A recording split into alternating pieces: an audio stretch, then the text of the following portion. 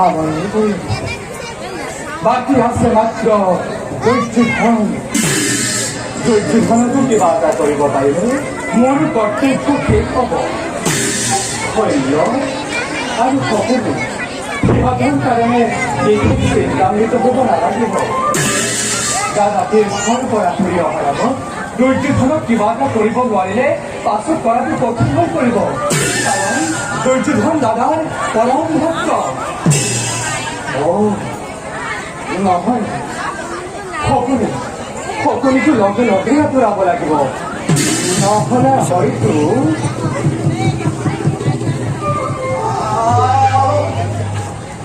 আজি মোৰ পৰম সৌভাগ্য আহি নাৰায়ণৰ আগতে প্ৰণাম যদুপতি। তোমাৰ কথা কুৰুক্ষেত্ৰৰ ভাৱ এৰি মোৰ কথা ভাবিছিলা নে মাজত?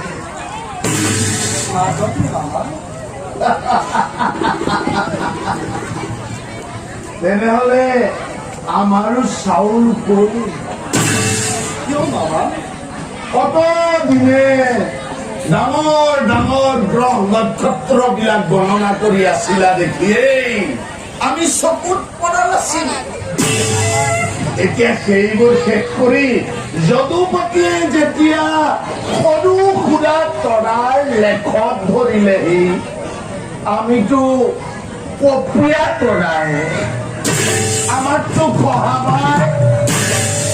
মামা তুমি বৰ চতুৰ। সকলোখিনি যদুপতিৰ পৰাই ধাৰ কৰে। বাৰু মামা তোমাক এটা কথা কব কবানে? অন্তৰ্যামী নাৰায়ণে নকলেও জানিব। বাৰু কোৱাচোন, এই কুৰুক্ষেত্ৰ ৰণত তুমি কাৰ পৰাজয় হলে ভাল পোৱা?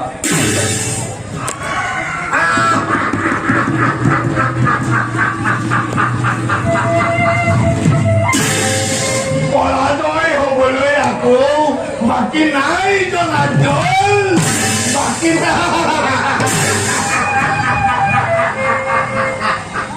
এতিয়া ভাল পাইছো নে বেয়া পাইছো সেয়া যদুপতিয়ে জানে।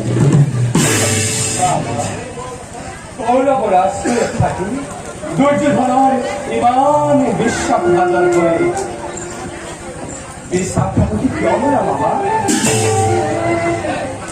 যদুপতি প্ৰধান মানুহ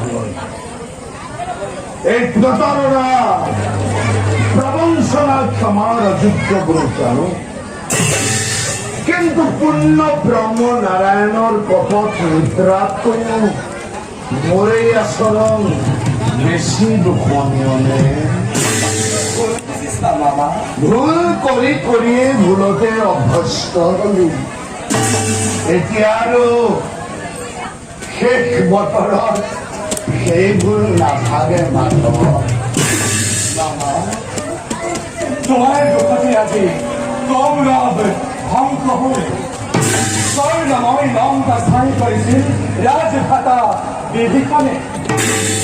আৰু আজি স্বর্ণময় ভারত ভূমি শ্মশানত পরিণত করিলা রাজমাতুল তুমি সপোনিয়ে।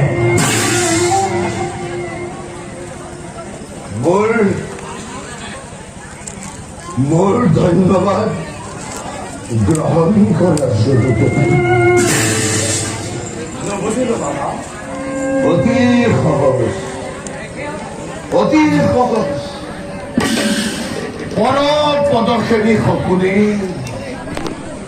দুর্যোধনের অন্যরে পালিত দরিদ্র শকুনির কুলকুলের মন্ত্রণা দাতা দুর্যোধনের মাতুল শকুনির মূৰৰ ওপৰত ভাৰত যুদ্ধৰ সকলো দুখ সকলো কলংক জাপি দি অগতিৰ গতি ত্ৰিজগতৰ প্ৰতি যদুপতিয়ে যেতিয়া দুখৰ হাত সাৰিব বিচাৰিছে, তেনেহলে এই শকুনিও সামান্য শকুনি নহয়।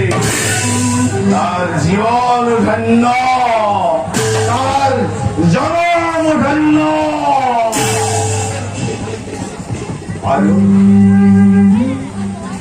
আর এই জনম, এই জনম গড়াকি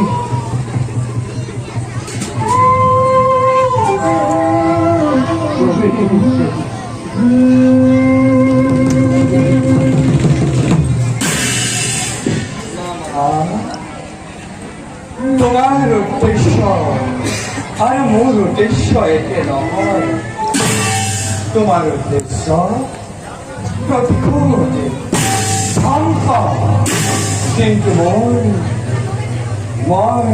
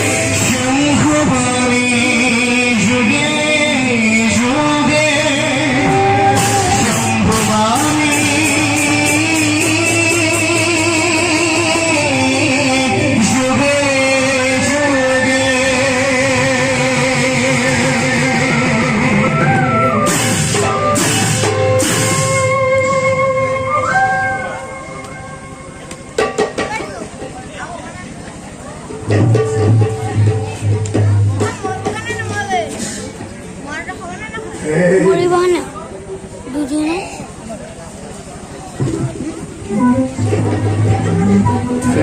কৃষ্ণ মুরারি,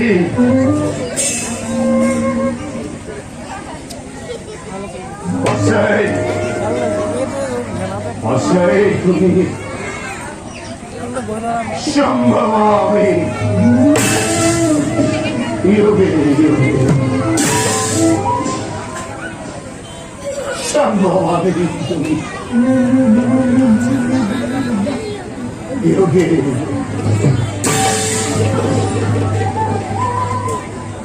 যোগে